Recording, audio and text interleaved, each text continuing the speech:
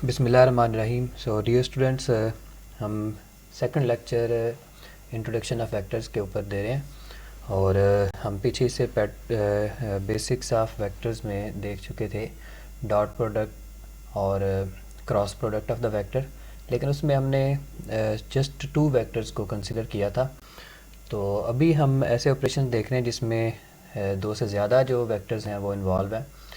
तो scalar triple product उनकी एक एग्जांपल है जिसमें 3 वेक्टर्स जो हैं वो पार्टिसिपेट करेंगे, लेकिन इन तमाम का जो रिज़ल्टेंट आएगा वो एक स्केलर क्वांटिटी होगी। इसलिए हम इस प्रोडक्ट को स्केलर ट्रिपल प्रोडक्ट का नाम देते हैं। ट्रिपल से मीन ये है कि 3 vectors are participating in this operation and scalar mean the resultant vector will be a scalar quantity. So इसमें हम अगर इसकी मैथमेटिकल ऑपरेशन देखते हैं कि मैथमेटिकली इसको किस तरह से लिखा जाएगा, तो आप लिख सकते हैं A dot B cross C, या फिर लिख सकते हैं B dot C cross A, या फिर आप लिख सकते हैं C dot A cross B. तो ये इसकी मैथमेटिकल नोटेशन है कि इस तरतीब से आप इसको लिखते हैं। अगर आपको याद रखना है तो आप जहन में रखें कि ये एक साइक्लिक ऑर्डर को फॉलो करते हैं, यानी तीनों वेक्टर्स जो हैं ये इस साइक्लिक ऑर्डर को फॉलो करेंगे।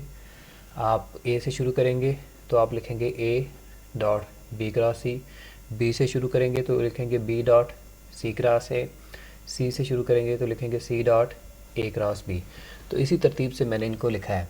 तो इसमें मतलब position of the dot and cross जो है वो मैटर नहीं करती, बल्कि सिर्फ जो आर्डर ऑफ द वेक्टर्स है साइक्लिक ऑर्डर वही मैटर करता है। मिसाल के तौर पे हमने लिखा है ए डॉट बी क्रॉस सी, तो हम इसको यूँ भी लिख सकते हैं ए क्रॉस बी डॉट सी। तो देखें मैंने ऑर्डर जो है वो वही रखा है, यानी ए बी सी ऑर्डर था यहाँ पे, तो वो ऑर्डर वही है। जस्ट मैंने जो पोजीशंस हैं ए क्रॉस बी डॉट सी वो मैंने आगे पीछे किए हैं। डॉट जो था उसको एंड पे ले गया हूँ, क्रॉस को मैं शुरू पे ले गया हूँ। तो A cross B dot C का आंसर वही आएगा जो C dot A cross B का होगा। क्या आपको पता ही है कि जो स्केलर क्वांटिटीज़ होती हैं उसमें ए डॉट बी का आंसर बी डॉट ए के बराबर आता है, हम पीछे पढ़ के आ चुके हैं। तो समझ लें कि ये एक वेक्टर आएगा, एक वेक्टर ये आएगा, तो ए क्रॉस बी का रिजल्टेंट यहाँ पे भी कुछ आएगा, वही रिजल्टेंट यहाँ पे आएगा। तो आप उस रिजल्टेंट का सी डॉट ए ले लें, यानी फ़र्ज़ किया डी वेक्टर था तो सी डॉट डी लिख लें या डी डॉट सी लिख लें, तो आंसर तो सेम आएगा। इसलिए हमने इसमें देखा कि इसमें सिर्फ order of the vectors matter करता है, position of dot and cross जो है वो मैटर नहीं करती। तो ये चीज़ें कुछ इसमें हम इम्पोर्टेंट हैं, इसको हम लिख भी लेते हैं, लेकिन असल चीज़ है कि आपने इसके फार्मूले को ध्यान में रखना है। मैं थोड़ी सी फिज़िकल इंटरप्रिटेशन भी इसके देता हूँ कि इसका मतलब क्या है, कि स्केलर ट्रिपल प्रोडक्ट जो हैं वो यूज़ कहाँ पे हो रहे हैं। तो हमने जो देखा कि इसमें पोजीशन जो है वो डॉट और क्रॉस की मैटर नहीं कर रही, तो इसलिए मैंने इसको लिख दिया है कि it depends on the cyclic order of vectors but independent the position of dot and cross. तो डॉट और क्रॉस की जो पोजीशन है वो मैटर नहीं करती। अब हमने इसको ए डॉट बी क्रॉस सी को मैंने बोला कि आप ऐसे लिख सकते हैं ए क्रॉस बी डॉट सी। तो हम अगर इसको यूँ लिख लेते, यानी मैंने इसमें लिखा है ए क्रॉस बी डॉट सी। बाज़ दफ़ा बच्चे जो हैं वो मतलब कहते हैं कि हम इसको यूँ लिख लेते हैं, अगर ए क्रॉस बी डॉट सी, ए क्रॉस बी डॉट सी, यानी कहते हैं जी इसमें भी तो हमने सिर्फ आर्डर तो वही है इसमें भी, लेकिन हमने किया क्या है, यानी ए बी सी का आर्डर है, पोजीशन जो है वो चेंज की है। तो असल में इसकी एक फ़िज़िकल सेंस बनती है, इसकी कोई फ़िज़िकल सेंस नहीं, कोई फ़िज़िकल मीनिंग ही नहीं बनता, इसलिए हम इसको इस तरह से लिख ही नहीं सकते। ये कोई मैथमेटिकल इक्वेशन है ही नहीं, ये कोई ऑपरेशन है ही नहीं, क्योंकि किसी भी चीज़ का आपको पता है क्रॉस प्रोडक्ट हमेशा वेक्टर के साथ लिया जाता है। तो बी डॉट सी जब आप लेंगे तो ये एक स्केलर वैल्यू आएगी, तो स्केलर वैल्यू का वेक्टर ए के साथ क्रॉस प्रोडक्ट मीनिंगलेस है, इसकी कोई फिज़िकल एग्जिस्टेंस ही नहीं है। लिहाजा ये जो वे है लिखने का ये रॉन्ग है, हम इस तरीके से नहीं लिख सकते। हम इस तरह से लिख सकते थे कि हम मतलब दो वेक्टर्स का पहले क्रॉस प्रोडक्ट लिया, फिर उसका तीसरे वेक्टर के साथ डॉट प्रोडक्ट लें। तो हमेशा जब भी ब्रैकेट आएगी तो उसका मतलब ये होगा कि ये ऑपरेशन फर्स्ट सॉल्व होगा, तो वो हमेशा क्रॉस प्रोडक्ट के ऊपर ही आएगी, डॉट के ऊपर ब्रैकेट नहीं आ सकती। डॉट के ऊपर ब्रैकेट का मतलब है कि we will solve first of all dot product of the B and C and the resultant will be a scalar value, and then we will take the cross product of this resultant with the vector a, which is totally meaningless। इसकी कोई physically interpretation या exist नहीं, तो इसलिए इस तरह से इसको लिख सकते हैं। तो यही वजह है कि इस सेंटेंस को मैंने ज़रा डिटेल से एक्सप्लेन कर दिया है कि इसका मतलब क्या है कि डॉट एंड क्रॉस की जो पोजीशन है वो मैटर नहीं कर रही, वो मैंने चेंज करके आपको दिखा दी है। बाकी अगर आप डॉट और क्रॉस की पोजीशन इस तरह से लिखते हैं तो इस तरह से हम लिख ही नहीं पाते, लिहाजा एक ही वे है हमारे पास लिखने का, तो इसका आंसर और इसका आंसर बराबर रहते हैं। अब हम इसका एक और फार्मूला भी है कि हम इसको डिटर्मिनेंट की फॉर्म में लिखते हैं। लेट्स से कि हमारे पास वेक्टर्स जो हैं वो कंपोनेंट की फॉर्म में है, वेक्टर ए बी और सी तीनों जो है ये रेक्टेंगुलर कंपोनेंट्स की फॉर्म में है। तो आप जस्ट ये फार्मूला लिख लें, A1 A2 A3, ये जो फर्स्ट वेक्टर जो होगा उसके कंपोनेंट्स होंगे A1 A2 एंड A3, फिर second vector B1 B2 B3, फिर third vector C1 C2 and C3। तो तीनों रेक्टेंगुलर कंपोनेंट्स तीनों रोज़ के अंदर आप लिख सकते हैं उसको, और इस डिटर्मिनेंट को आप सॉल्व करें तो ये भी रिजल्टेंट वही आएगा जो हम ऊपर लिख चुके हैं। यानी इन तीनों वेक्टर्स को आप इस तरह से लिख लें, क्योंकि इनका भी स्केलर आंसर आना है। इस डिटर्मिनेंट को जब आप सॉल्व करेंगे तो इसका भी एक स्केलर एक न्यूमेरिक आंसर आएगा। तो इस तरह से सॉल्व कर लें डिटर्मिनेंट की फॉर्म में, या ऐसे सॉल्व कर लें, दोनों केसेस में आंसर हमेशा हमारा सेम होगा। तो ये था स्केलर ट्रिपल प्रोडक्ट। अब हम देखते हैं कि इसका यूज़ कहाँ पे है, इसको किस तरह से हम इस्तेमाल कर लेते हैं या कहाँ पे इसको हमें इस्तेमाल करना चाहिए। तो असल में ये जो डिटर्मिनेंट है, आप देखते हैं कि तीन वेक्टर्स जब इन्वॉल्व हो जाते हैं स्केलर वैल्यू के अंदर तो वो एक थ्री डिमेंशनल स्पेस को रिप्रेजेंट कर रहे हैं। वो थ्री डिमेंशनल स्पेस डेफिनेटली एक वॉल्यूम का एक रीजन बनता है। अगर आप मतलब उनकी जो फिज़िकल नेचर है, अगर हम उनकी नेचर एक लेंथ नेचर रिकॉर्ड कर लेते हैं, तीनों वेक्टर्स सेम मतलब नेचर के हैं, तो तीनों ही लेंथ को रिप्रेजेंट कर रहे हैं। तो इसका मतलब वो तीनों वेक्टर्स जब आपस में मल्टीप्लाई होंगे तो इनके यूनिट्स जब आपस में मल्टीप्लाई होंगे, या फिर तीनों लेंथ्स आपस में मल्टीप्लाई जब होती हैं, तो आपको पता है कि वो एक वॉल्यूम की डायमेंशन बनती है। क्योंकि टू क्वांटिटीज़ जब शामिल होंगी और सेम नेचर की होंगी तो वो स्क्वायर को रिप्रेजेंट करेंगी, और अगर तीन क्वांटिटीज़ शामिल हैं तीनों ही लेंथ को रिप्रेजेंट कर रही हैं तो इसका मतलब वो वॉल्यूम को रिप्रेजेंट करती हैं। यही वजह है कि स्केलर ट्रिपल प्रोडक्ट जो है वो वॉल्यूम ऑफ पैरेललो पाइप को रिप्रेजेंट करता है। तो इसमें देखें, अगर आप एक पैरेललो पाइप को शो करते हैं तो देखें हमने एक रीजन शो किया है दैट इज़ कॉल्ड पैरेललो पाइप। मतलब इसकी एक वॉल्यूम रीजन है जिसके अंदर हम तमाम फेसेस जो हैं वो आमने सामने वाले वो एक दूसरे के पैरेलल हैं, इसलिए इस फिगर का नाम पैरेललो पाइप रखा जाता है। इसमें हम देखते हैं कि लेट्स से कि ये जो साइड है ये वेक्टर ए को रिप्रेजेंट कर रही है, ये वाली, और ये जो साइड है ये वेक्टर बी को रिप्रेजेंट कर रही है, और ये जो साइड है ये वेक्टर सी को रिप्रेजेंट कर रही है। तो ये वेक्टर ए बी और सी ये को टर्मिनस एजेस होने चाहिए, यानी एक ऐसी साइड जिसके तमाम एजेस जो हैं वो ए बी और सी होने चाहिए, तो उनको फिर को टर्मिनस एजेस बोलते हैं। यानी ऐसी बाउंड्री जिस बाउंड्री के ऊपर तीनों वेक्टर्स जो हैं वो आपस में इंटरसेक्ट करने चाहिए या सेम वेक्टर उनको रिप्रेजेंट करें, तो उसको फिर को टर्मिनस एजेस कहेंगे। तो A B and C are the coterminous edges of this parallelepiped. तो अब इनको ज़रा फिज़िकली इंटरप्रेट करें तो मैं यहाँ पे ये बताता चला जाऊँ कि असल में मैं जो सारी राइटिंग कर रहा हूँ वो राइट हैंड से है, लेकिन आपको देखने में वो लेफ़्ट लगता है। इसलिए जब भी मैं राइट हैंड रूल यूज़ करूँगा तो आपने ये ज़हन में रखना है कि अगर आपको स्क्रीन पे वो लेफ़्ट दिखाई दे रहा है तो आपने उसको जहन में राइट ही रखना है ताकि आप कोई कन्फ्यूजन का शिकार ना हो। तो चूँकि मैंने फ़्लिप की हुआ है राइटिंग स्क्रिप्ट को, जिसकी वजह से राइट लेफ़्ट और लेफ़्ट राइट आपको नज़र आता है, लेकिन आप इजी फील करें कि सिर्फ ये जहन में रखें कि अगर मैं आपको दिखाई दे रहा है कि मैं लेफ़्ट हैंड यूज़ कर रहा हूँ तो वो उसको आपने राइट ही शुमार करना है, उसको राइट कंसिडर करेंगे तो फिर समझ आएगी। तो ये फ़्लिप की हुई है हॉरिजेंटली, मैंने मिरर लिया हुआ है इसका इमेज का, जिसकी वजह से ये थोड़ा सा प्रॉब्लम है। तो एनी हो, अगर आप उसको जस्ट जहन में सिर्फ ये रखें कि जो मैं राइट हैंड रूल जब बोलूँगा तो वो जो मेरा लेफ़्ट हैंड होगा वो राइट हैंड को रिप्रेजेंट करेगा, तो कोई फिर उलझन नहीं होगी। तो अब ज़रा देखें, मैं इसके ऊपर राइट हैंड रूल लगाता हूँ, A.B×C। तो आपको पता है कि जो ऑपरेशन है वो इस तरह से है कि आपने वेक्टर B और C का क्रॉस प्रोडक्ट लेना है। तो वेक्टर B जो है वो इस तरफ है, B की डायरेक्शन में फिंगर्स लेकर गया मैं, और C की तरफ मैंने बेंड किया।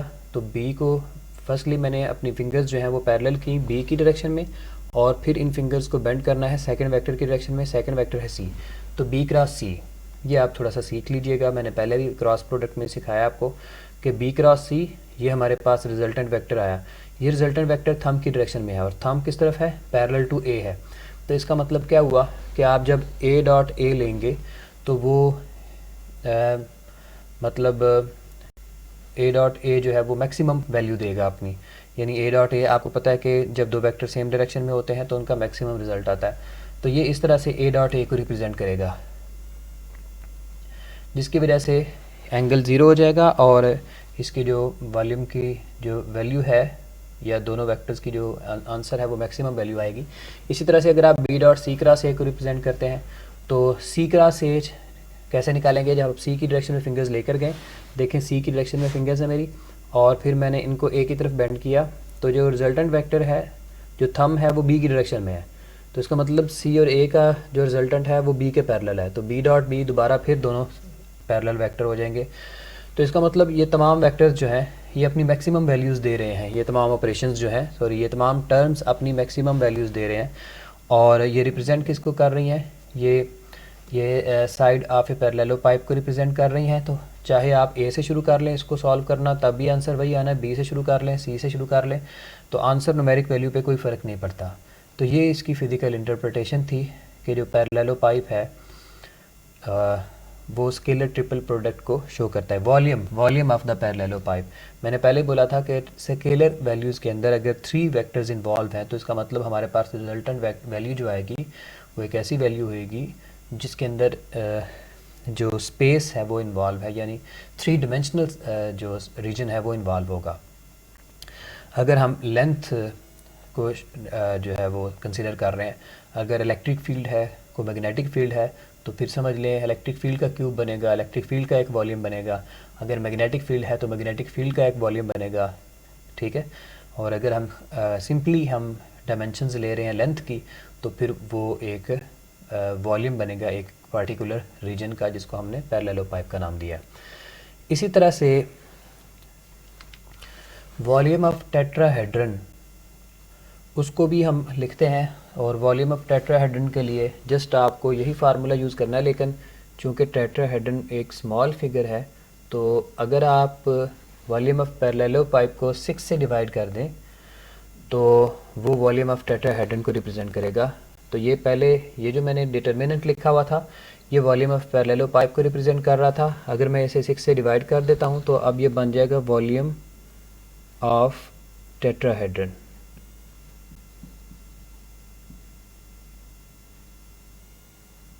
So that is the volume of tetrahedron.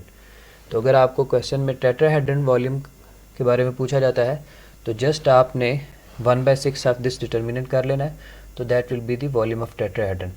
अब देखें, जस्ट एज एन एग्जांपल मैं एक आपके लिए क्वेश्चन यहाँ पे पुट अप कर देता हूँ, आपको उसको सॉल्व कर लीजिएगा, आपको थोड़ा सा प्रैक्टिस हो जाएगी कि किस तरह से क्वेश्चन जो है वो मतलब पूछा जा सकता है या किसी असाइनमेंट में यूज़ हो सकता है। कि find the volume of parallelepiped if vector A, B and C are 3 coterminous edges.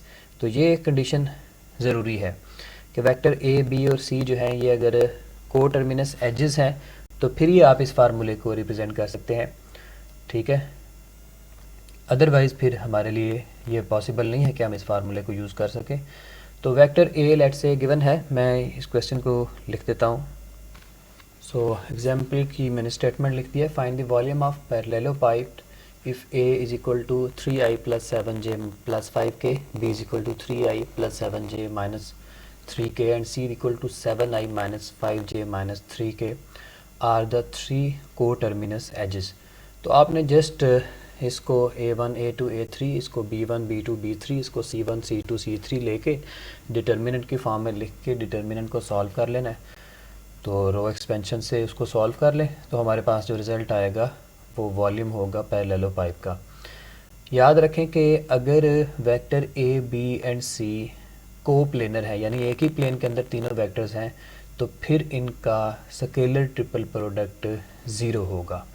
तो ये भी एक हमारे लिए इम्पोर्टेंट है चीज़ याद रखनी।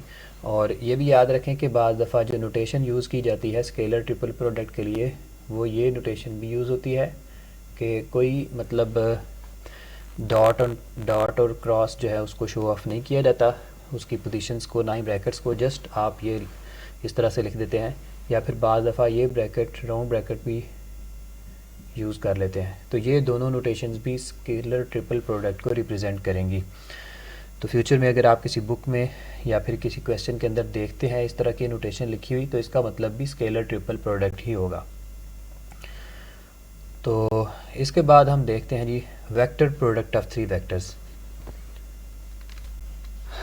जी तो स्टूडेंट्स, हम पीछे देखा था कि cross product of two vectors देखा था, जिसको हमने वेक्टर प्रोडक्ट ऑफ वेक्टर भी बोला था। अभी हम वेक्टर प्रोडक्ट या फिर क्रॉस प्रोडक्ट थ्री वेक्टर्स का देख रहे हैं।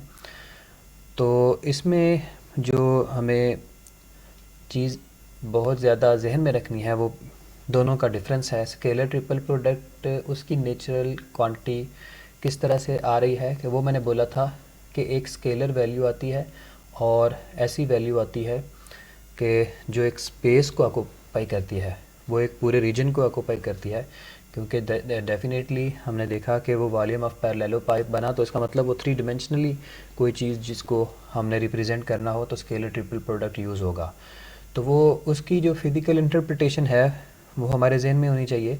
स्केलर ट्रिपल प्रोडक्ट जो होता है वो एक स्पेशल रीजन को रिप्रेजेंट करता है, जबकि जो vector product of three vectors है इसके अंदर भी तीन वेक्टर इन्वॉल्व हैं, लेकिन इसका जो रिज़ल्ट आएगा वो एक सिंगल वेक्टर होगा, वो एक यूनी डायरेक्शनल क्वांटिटी होगी, वो एक सिंगल डायमेंशनल वैल्यू होगी।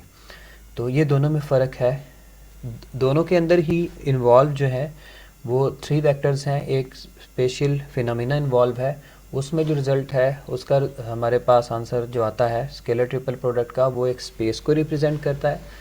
वो स्पेस मतलब खाली एक स्पेशल स्पेस हो सकता है, खाली स्पेस, खाली एक रीजन हो सकता है, इलेक्ट्रिक फील्ड का कोई रीजन हो सकता है थ्री डिमेंशनल, और मैग्नेटिक फील्ड कोई भी मतलब ग्रेविटेशनल फील्ड हो सकता है, कुछ भी हो सकता है, लेकिन वो थ्री डिमेंशनल फिनोमिना को रिप्रेजेंट कर रहा था।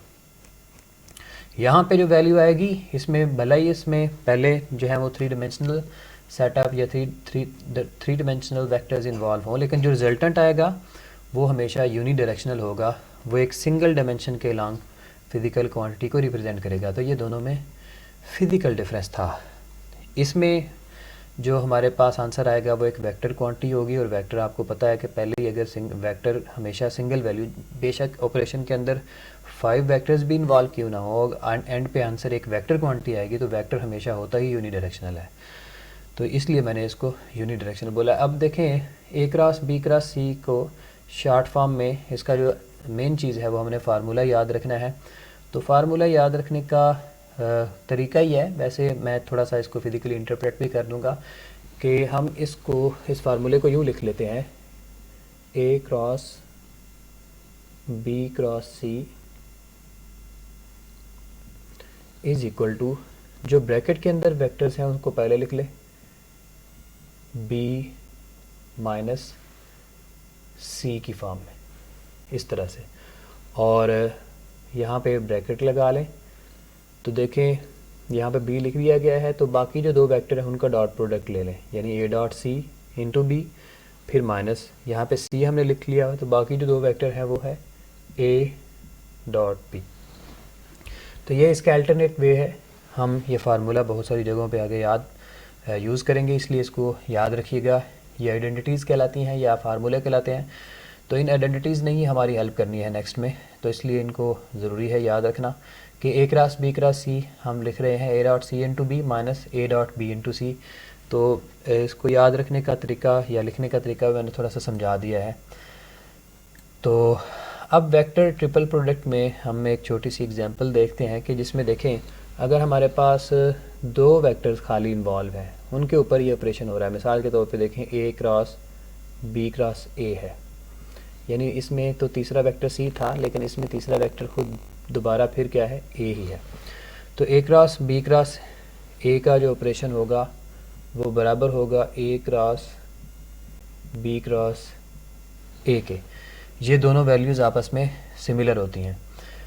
तो वो कैसे देखें, बड़ा सिंपली हम इसको देख सकते हैं कि हमें पता है कि स्केलर प्रोडक्ट जो होता है, सॉरी वेक्टर प्रोडक्ट जो होता है, उसमें b क्रॉस a हमेशा बराबर आता है माइनस a क्रॉस b के, क्योंकि ये अपोजिट डायरेक्शन में होते हैं। b क्रॉस a का जो रिजल्टेंट है वो a क्रॉस b के बराबर नहीं बल्कि अपोजिट होता है, इसलिए आप b क्रॉस a को जस्ट लिख सकते हैं माइनस a क्रॉस b के। तो इसलिए अगर आप ये जो लेफ़्ट हैंड साइड है इसको देखते हैं, ये वाली लेफ़्ट हैंड साइड, तो इस लेफ़्ट हैंड साइड में हम इसको लिख रहे थे a cross b cross a, ऐसे लिख रहे थे। ये लेफ़्ट हैंड साइड है a cross b cross a। तो अब आप इस वैल्यू की जगह पे जस्ट आप लिख सकते हैं a cross b cross a की जगह पे हम लिखेंगे माइनस a क्रॉस b। तो अब हमें पता है कि माइनस को चले हम शुरू में लिख लेते हैं, ऐसे लिख लेते हैं minus into a cross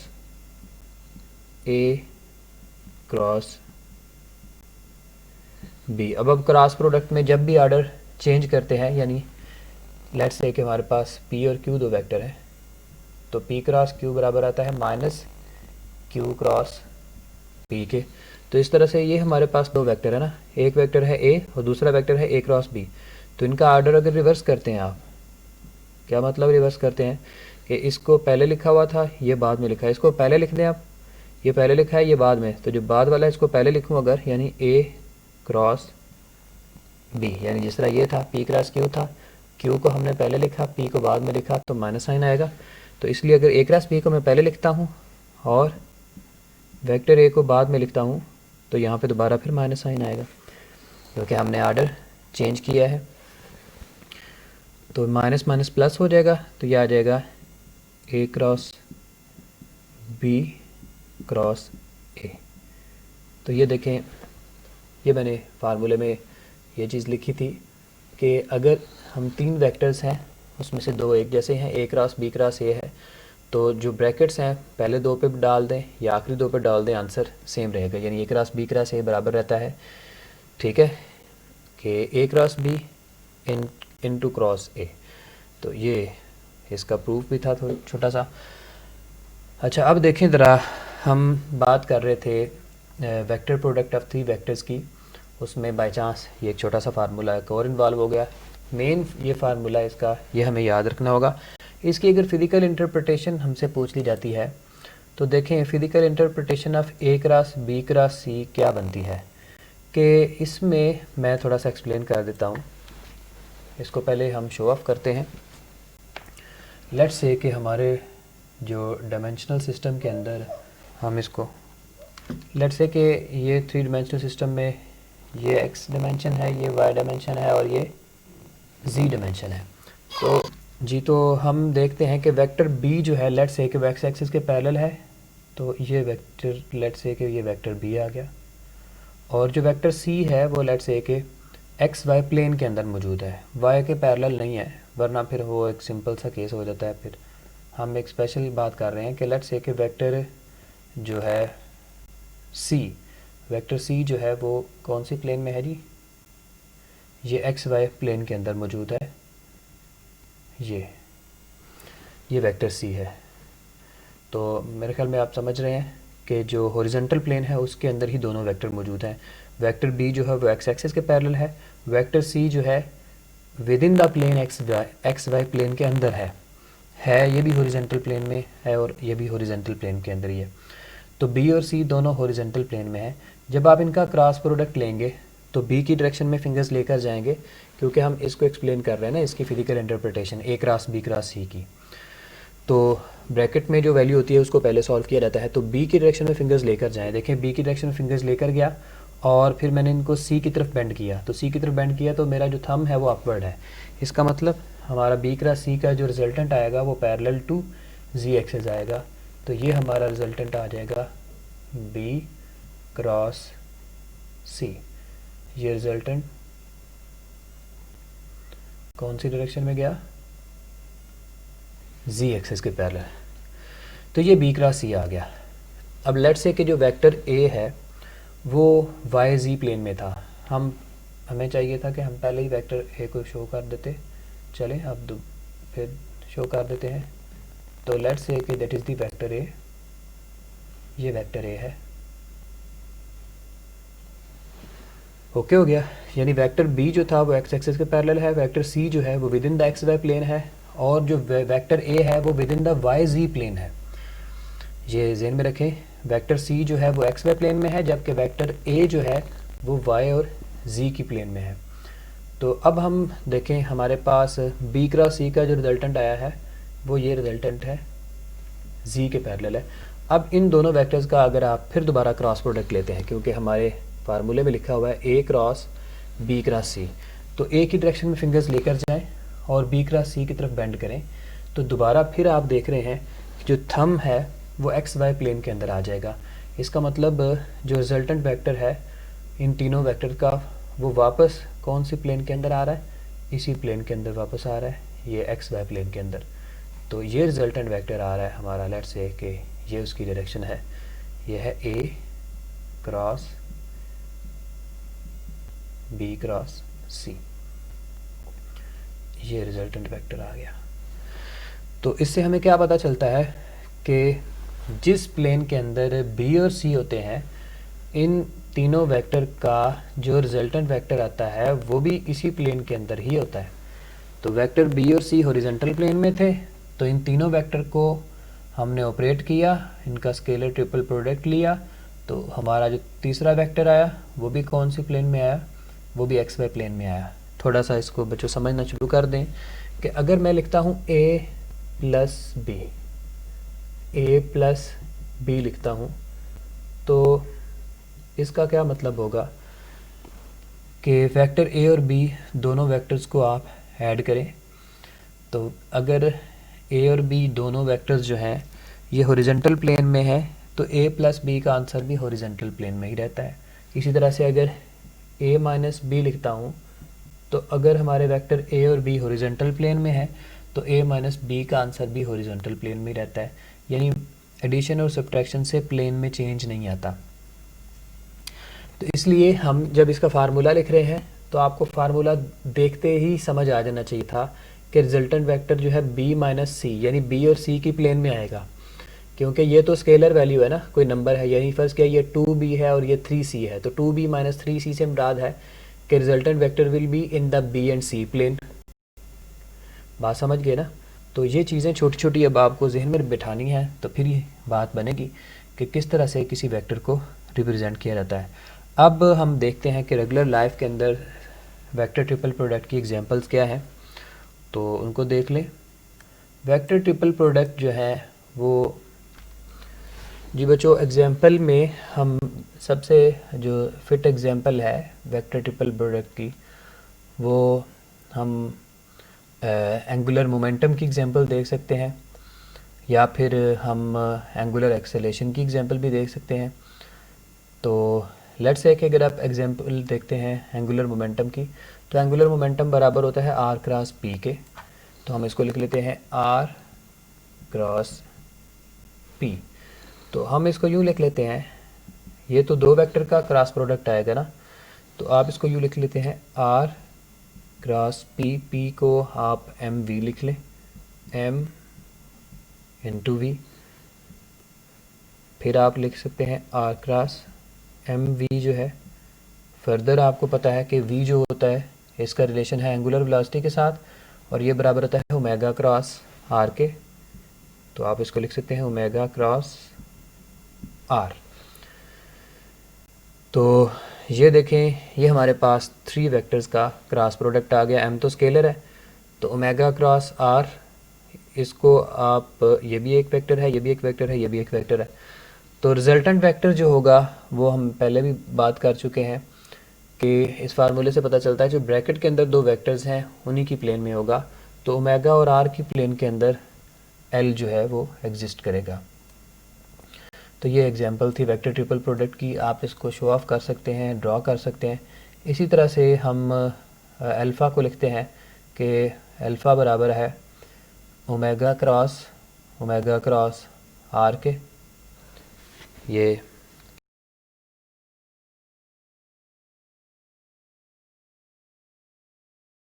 explain कर ही चुका हूँ, लेकिन चलें हम देखते हैं। ये हमारे पास एक रोटेशनल मोशन है, ये देखें, लेट्स से कि ये कोई पार्टिकल है जो कि सर्कुलर मोशन परफॉर्म कर रहा है, तो वो अपनी इंस्टेंट इस पोजीशन पे है, यहाँ से इसका जो डिस्प्लेसमेंट है वो रेडियस वेक्टर आर से रिप्रेजेंट किया जा रहा है। पार्टिकल जो है वो इंस्टेंटली इस डायरेक्शन में है, लेट्स से कि ये वी की डायरेक्शन है, वेलोसिटी इस तरफ है, तो एंगुलर मोमेंटम जो है वो इस प्लेन के परपेंडिकुलर होगा, ये एंगुलर मोमेंटम की डायरेक्शन है। याद रखें हमेशा कि दो वेक्टर का जब भी आप क्रॉस प्रोडक्ट लेते हैं तो मैं पहले भी बता चुका हूँ कि रिजल्टेंट वेक्टर जो आता है वो उस प्लेन के परपेंडिकुलर होता है जिसमें दोनों वेक्टर एग्जिस्ट कर रहे हैं। आर और वी या आर और पी जो है वो हॉरिजॉन्टल प्लेन में है, जो एल है वो याद रखें वो वर्टिकल प्लेन में है, तो ये हॉरिजॉन्टल प्लेन है और ये वर्टिकल प्लेन है। तो इसमें फिर से आप अगर देखते हैं, इसको सॉल्व कर लें, ओमेगा जो है, ओमेगा की डायरेक्शन भी हमेशा एक्सिस ऑफ रोटेशन के अलॉन्ग होती है, तो ओमेगा क्रॉस आर ले लें, ओमेगा की डायरेक्शन में फिंगर्स लेकर जाएं और आर की तरफ बेंड करें, तो जो थंब है वो टेंजेंट की डायरेक्शन में यानी वेलोसिटी की डायरेक्शन में जा रहा है, यानी इन दोनों का क्रॉस प्रोडक्ट लिया तो वो किस डायरेक्शन में गया, वी की डायरेक्शन में। अब फिर दोबारा इन दोनों वेक्टर का क्रॉस प्रोडक्ट लें, आर और वी का, तो आर की डायरेक्शन में फिंगर्स लेकर जाएं, ये देखें ये आर की डायरेक्शन में फिंगर्स हैं, ये आर की डायरेक्शन में फिंगर्स गई, आर की डायरेक्शन में फिंगर्स गई, और अब आप इनको वी की तरफ बेंड करें, वी की तरफ बेंड करेंगे तो थंब फिर किस तरफ जाएगा, अपवर्ड जाएगा, तो एल जो है वो आर और वी का क्रॉस प्रोडक्ट आएगा। तो ये एग्जांपल थी वेक्टर ट्रिपल प्रोडक्ट की, हमने इसको एक्सप्लेन किया है। भाई इसकी हमें बहुत ज़्यादा ज़रूरत है फ्यूचर के अंदर, ये जो ऑपरेशंस हैं ये बार बार एक्सप्लेन नहीं किए जाएंगे, यहीं पे इनको डिटेल से एक्सप्लेन कर दिया गया है, इसलिए हमने इसको अभी सीख लिया है। तो अभी हम फार्मूले लिख रहे हैं, हमने पीछे पढ़ा स्केलर ट्रिपल प्रोडक्ट, और अभी हम scalar product of four vector और vector product of four vector के फार्मूले लिखते हैं। जी बच्चों, तो ये हमने एक्सप्लेनेशन दी है इसकी कि वेक्टर ट्रिपल प्रोडक्ट जो है उसकी एग्जांपल में क्या किस तरह से एक्सप्लेन करते हैं। तो असल ये चीज़ थी कि हमने देखा कि तीन वेक्टर्स हैं, ओमेगा है, आर है, उनका एक रिजल्टेंट बनाया वो वी आया, उसका क्रॉस प्रोडक्ट लिया वी और आर का, वो एल आया।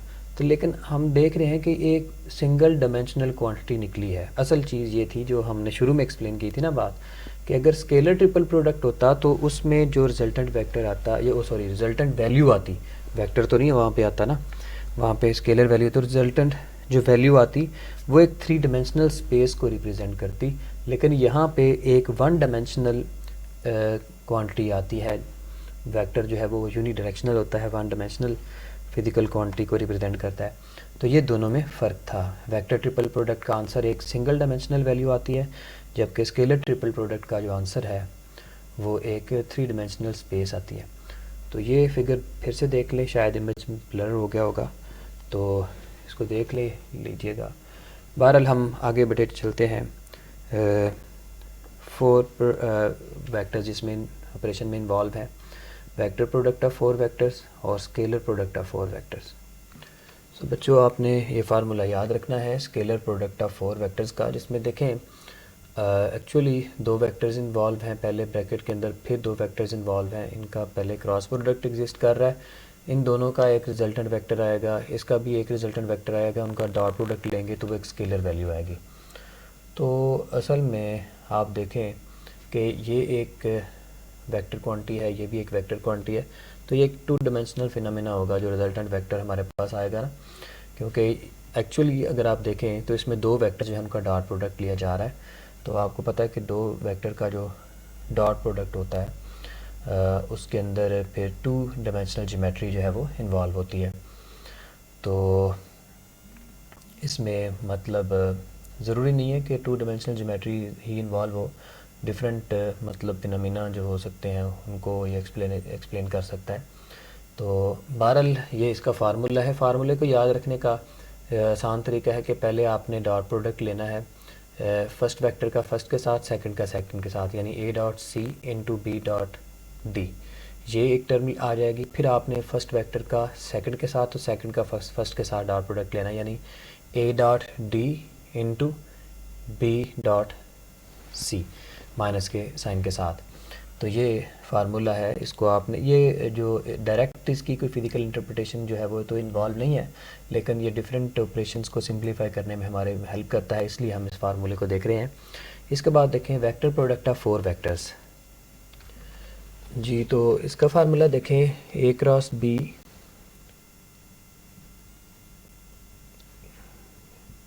B cross C cross D, let's say कि ये 4 वेक्टर्स हैं, इनका हम अगर वेक्टर प्रोडक्ट देखते हैं तो वो बराबर आएगा ए बी डी इंटू, यानी ये स्केलर ट्रिपल प्रोडक्ट है ए बी डी का, ये आएगा साथ सी माइनस, फिर वेक्टर्स आएंगे ए बी सी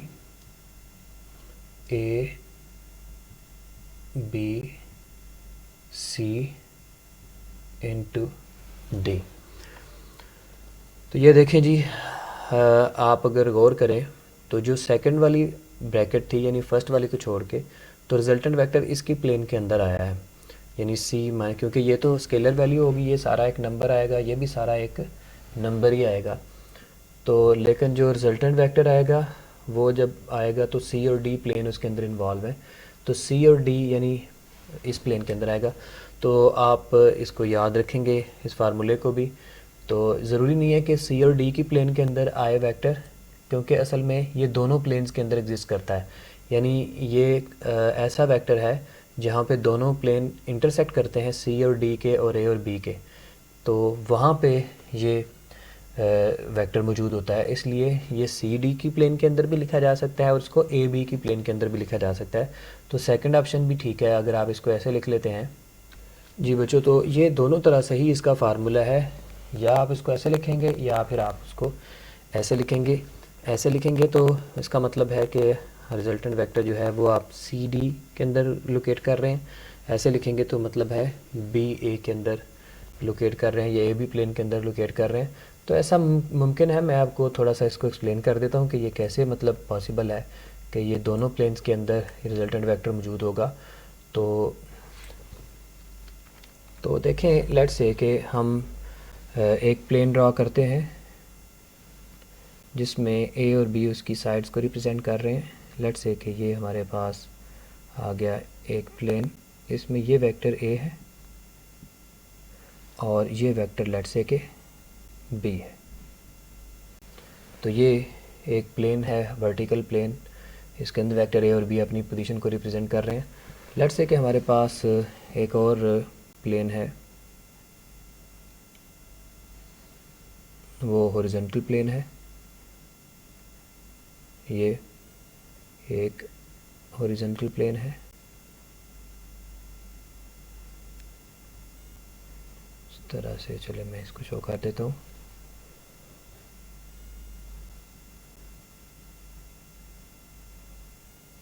ये और वेक्टर सी और डी जो है, लेट्स से कि इसकी दोनों साइड्स को रिप्रेजेंट कर रहे हैं, ये वेक्टर सी है और ये वेक्टर डी है, यहाँ से लेकर यहाँ तक ये सारा वेक्टर डी है।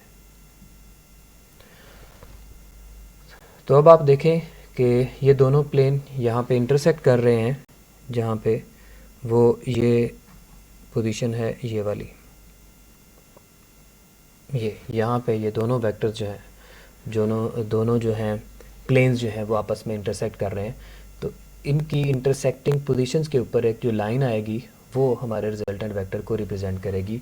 इसकी हम बात कर रहे थे कि ये रिजल्टेंट वेक्टर है। ये रिजल्टेंट वेक्टर किसको रिप्रेजेंट करेगा? ये आएगा ए cross B cross C cross D के। आप थोड़ा सा इन्वॉल्व हों वेक्टर रूल के अंदर तो देखें, हम पहले इसका रिजल्टेंट वेक्टर ढूंढेंगे। लेट्स से कि इसका रिजल्टेंट वेक्टर आता है p और इसका रिजल्टेंट वेक्टर ढूंढेंगे, इसका रिजल्टेंट आता है q। इन दोनों का क्रॉस प्रोडक्ट लेंगे तो इसका रिजल्टेंट वेक्टर आएगा r। तो ये जो r है एक्चुअली ये मतलब रिजल्टेंट वेक्टर होगा। तो स्टेप बाय स्टेप आगे बढ़ लें। बेशक a की डायरेक्शन में देखें जी, a वेक्टर जो है इस तरफ है और b जो है ये अपवर्ड है। a की डायरेक्शन में देखें, मैं फिंगर्स लेकर गया, b की तरफ बेंड की, तो जो रिजल्टेंट वेक्टर है वो इस तरफ आ रहा है, यानी परपेंडिकुलर टू दिस प्लेन आ रहा है, यानी इस डायरेक्शन में। ये हमारे पास p की डायरेक्शन आ गई। p लेट्स से कि अगर आप समझ सकते हैं तो हम कह सकते हैं कि y के डायरेक्शन में a है, z की डायरेक्शन में b है और x एक्सिस के लॉन्ग जो है वो p आया है।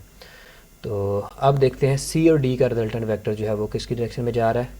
तो c की डायरेक्शन में फिंगर्स लेकर जाएं, d की तरफ फिर उसको बेंड करें, तो जो थंब है वो डाउनवर्ड डायरेक्शन में है। तो इसका मतलब जो रिजल्टेंट वेक्टर आया हमारा सी और डी का, उसकी जो डायरेक्शन है वो किस तरफ है? वो डाउनवर्ड है इस प्लेन के। अगर आप यहाँ पे शो करें तो ये नेगेटिव जी एक्सिस को शो कर रहा है। तो यूँ समझ लें कि अब ये जो वेक्टर है ये एक वेक्टर है p और ये एक वेक्टर है q। तो ये दोनों परपेंडिकुलर हैं, एक x एक्सिस के अलॉन्ग है और दूसरा माइनस z डायरेक्शन के अलॉन्ग है। तो अब फिर दोबारा आप एक्स पी और क्यू का अगर आप लेते हैं क्या क्रॉस प्रोडक्ट, तो पी की डायरेक्शन में फिंगर्स लेकर जाएं, पी एक्स एक्सिस के लॉन्ग है तो देखिए मैंने एक्स एक्सिस की डायरेक्शन में फिंगर्स रखी और क्यू की तरफ बेंड किया, तो जो थंब आ रहा है वो आ रहा है वाई एक्सिस के लॉन्ग, यानी इस डायरेक्शन के अंदर आ रहा है। तो ये समझ लें कि ए के पैरेलल है क्योंकि ए भी वाई एक्सिस के लॉन्ग था। तो यही वजह है कि रिजल्टेंट वेक्टर जो है वो इस लाइन के अंदर आ रहा है। तो इसको आप थोड़ा सा अगर इन्वॉल्व होते हैं तो अंडरस्टैंड कर सकते हैं। तो असल चीज़ थी जो दो वेक्टर का क्रॉस प्रोडक्ट हम पढ़ते आए हैं पीछे, उस क्रॉस प्रोडक्ट को अगर आप अच्छे तरीके से पढ़ लेते हैं, सीख लेते हैं, तो आप फिर सारी डायरेक्शन सीख सकते हैं। मैं ट्राई करता हूँ फिर से उसको एक्सप्लेन करने की कि दो वेक्टर का क्रॉस प्रोडक्ट जो है उसको अच्छे तरीके से समझें। लेट्स से कि ये हमारे पास आई है और ये जे है, हम पहले भी इसके ऊपर बात कर चुके हैं। तो आई क्रॉस जे का रिजल्टेंट वेक्टर के डायरेक्शन में जाता है। कैसे निकालते हैं? जो फर्स्ट वेक्टर होता है उसकी डायरेक्शन में आपने राइट हैंड फिंगर्स लेकर जानी है, सेकंड वेक्टर की तरफ बेंड करती हैं। अगर दोनों कंडीशंस आप फुलफ़िल कर लेते हैं तो फिर इरेक्टेड थंब जो होता है वो तीसरे वेक्टर की डायरेक्शन को शो करता है, यानी ए क्रॉस बी का रिज़ल्ट आता है हमेशा उस प्लेन के परपेंडिकुलर जिसमें ए और बी दोनों मौजूद होते हैं। तो लेट्स से कि ये वेक्टर ए है, ये वेक्टर बी है, तो जो फर्स्ट वेक्टर होता है हमेशा राइट हैंड फिंगर्स जो हैं आपने उसके पैरेलल करनी है और जो सेकंड होता है उसकी तरफ उंगलियों को बेंड होना ज़रूरी है। तो ये दोनों कंडीशन पूरी करना ज़रूरी है। फर्स्ट वेक्टर के डायरेक्शन के अलॉन्ग में फिंगर्स होनी चाहिए और फिर सेकेंडली उन फिंगर्स को बेंड होना चाहिए बी की डायरेक्शन में। तो फिर जो रिजल्टेंट वेक्टर होता है वो उस प्लेन के परपेंडिकुलर होता है। तो काइंडली ये सीख लें। मैंने पहले बोला था कि मेरा जो राइट हैंड है ये वाला मेरा राइट हैंड है, तो वीडियो के मिरर इमेज की वजह से आपको ये लेफ़्ट दिखाई देता है, तो आप इसको राइट ही समझिएगा, यानी मेरा जो लेफ़्ट है काइंडली उसको आप राइट समझेंगे तो आपको सारे रूल्स आसानी से समझ आ जाएंगे। तो ये हम यहाँ पे ख़त्म करते हैं जी, हमारा सेकंड लेक्चर एंड होता है। तो नेक्स्ट टाइम इंशाल्लाह डिफरेंशिएशन ऑफ वेक्टर और इंटीग्रेशन ऑफ वेक्टर शुरू करेंगे।